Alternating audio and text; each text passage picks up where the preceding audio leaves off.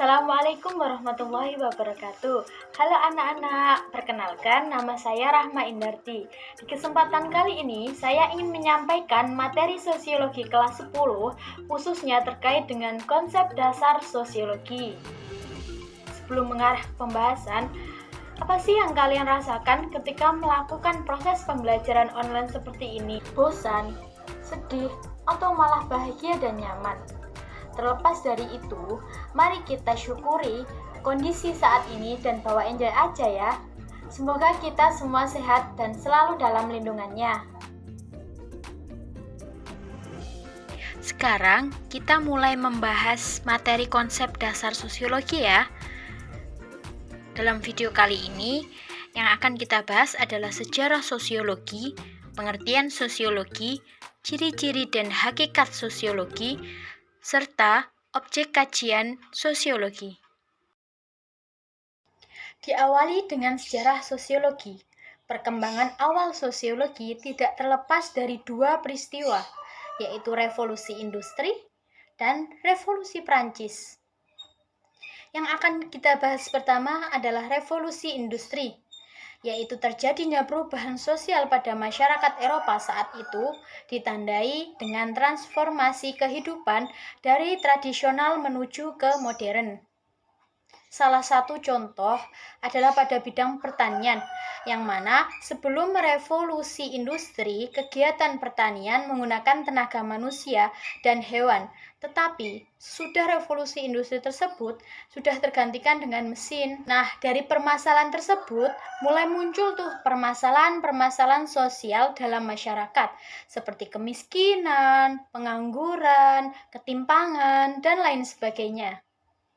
Yang kedua adalah revolusi Prancis, di mana kekuasaan raja yang absolut atau mutlak membuat masyarakat hidup dengan tertekan melalui berbagai kewajiban yang memberatkan, sehingga muncul kecemburuan sosial dalam masyarakat yang mengakibatkan pemberontakan. Revolusi ini mengubah tatanan politik yang absolut menjadi lebih demokratis. Kedua revolusi tersebut menimbulkan permasalahan sosial, sehingga menarik perhatian para ahli ilmu sosial untuk melakukan penelitian. Yang mana hasil akhir dari penelitian tersebut dihimpun dan menjadi satu kesatuan ilmu yang diberi nama sosiologi.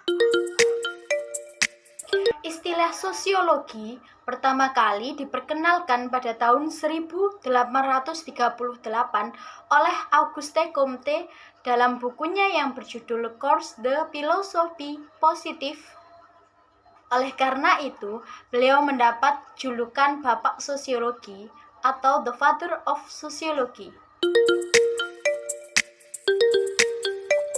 Sosiologi terdiri dari dua kata, yaitu socius dan logos. Socius berasal dari bahasa Latin yang memiliki arti teman atau kawan, sedangkan logos berasal dari bahasa Yunani yang berarti ilmu pengetahuan. Sehingga secara harfiah, sosiologi adalah ilmu yang mempelajari tentang kehidupan dalam bermasyarakat. Oh iya, selain itu, terdapat beberapa tokoh sosiologi yang mendefinisikan pengertian sosiologi. Seperti menurut Auguste Comte, sosiologi merupakan suatu studi positif yang mempelajari tentang hukum-hukum dasar dari berbagai gejala sosial yang dibedakan menjadi sosiologi statis dan sosiologi dinamis. Kedua, menurut Emile Durkheim, sosiologi adalah suatu ilmu yang mempelajari tentang fakta sosial, baik itu cara berpikir, bertindak, dan sebagainya. Yang terakhir, menurut Selo Sumarjan dan Suleman Sumardi, yaitu sosiologi merupakan ilmu kemasyarakatan yang mempelajari struktur sosial, proses-proses sosial, termasuk perubahan sosial. Selanjutnya, yang dibahas adalah ciri-ciri sosiologi. Sosiologi ini memiliki 4 ciri-ciri, yaitu yang pertama, empiris. Artinya, sosiologi ini berdasarkan pada observasi yang dilakukan terhadap kenyataan, pengalaman sendiri yang dialami, dan fakta yang logis. Yang kedua adalah teoritis. Artinya, sosiologi merupakan ilmu yang disusun berdasarkan data serta hasil observasi yang akurat. Pada intinya, ciri ini menekankan pada hubungan sebab akibat dari gejala sosial di masyarakat. Yang ketiga adalah kumulatif. Artinya, sosiologi ini selalu diperbarui, disempurnakan, diperbaiki dengan dasar teori yang sudah ada. Yang terakhir adalah non-etis. Artinya, sosiologi tidak mempersoalkan atau memperdebatkan terkait baik buruknya fakta, tetapi lebih fokus menjelaskan dan menggambarkan fakta yang ada. Kita beralih ke hakikat sosiologi ya. Sosiologi sendiri mempelajari berbagai aspek pada masyarakat, seperti interaksi, perilaku, fenomena, atau permasalahan sosial, perubahan sosial, ketimpangan, serta masih banyak lagi. Dengan adanya hakikat sosiologi ini menjadi sebuah pembeda atau ciri khas dengan ilmu sosial lainnya. Hakikat dari sosiologi sebagai ilmu pengetahuan diantaranya 1. Sosiologi merupakan ilmu sosial, bukan ilmu alam. Dikarenakan sosiologi berhubungan dengan gejala sosial masyarakat. Yang kedua, sosiologi merupakan ilmu kategoris, bukan ilmu normatif. Yang artinya lebih seperti memberi batasan terhadap apa yang terjadi saat ini, bukan apa yang seharusnya terjadi atau bahkan yang akan terjadi. Yang ketiga, sosiologi merupakan ilmu pengetahuan murni, bukan ilmu pengetahuan terapan. Artinya, suatu ilmu bertujuan untuk mengembangkan dan meningkatkan mutunya dipergunakan dalam masyarakat. Yang keempat, sosiologi merupakan ilmu pengetahuan abstrak, bukan ilmu pengetahuan konkret atau pasti. Artinya memperhatikan bentuk dan pola dalam masyarakat secara keseluruhan, bukan hanya peristiwa itu sendiri. Dan yang kelima, sosiologi merupakan ilmu pengetahuan yang empiris dan rasional. Artinya sosiologi tidak berlawanan dengan akal sehat atau kenyataan yang ada. Yang terakhir, sosiologi merupakan ilmu pengetahuan umum, bukan ilmu pengetahuan yang khusus. Artinya, sosiologi mempelajari gejala umum yang terjadi pada masyarakat yang merupakan objek studi dari sosiologi itu sendiri.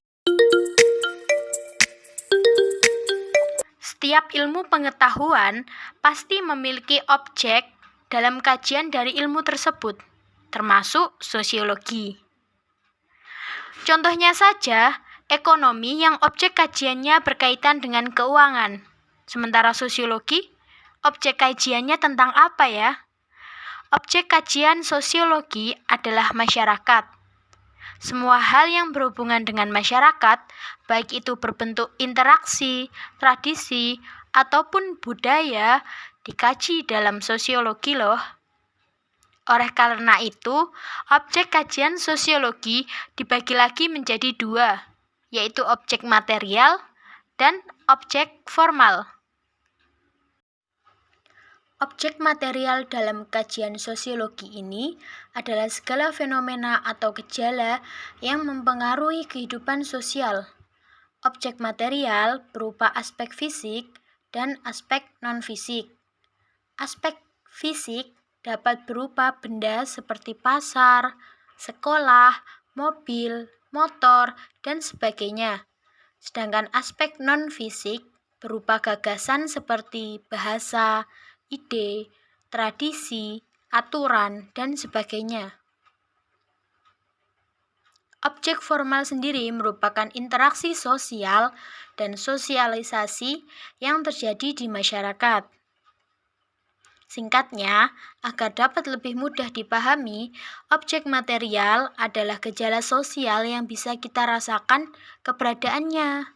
Sedangkan objek formal, kita tidak cuma merasakan, tetapi juga ikut melakukan interaksi secara langsung di dalamnya.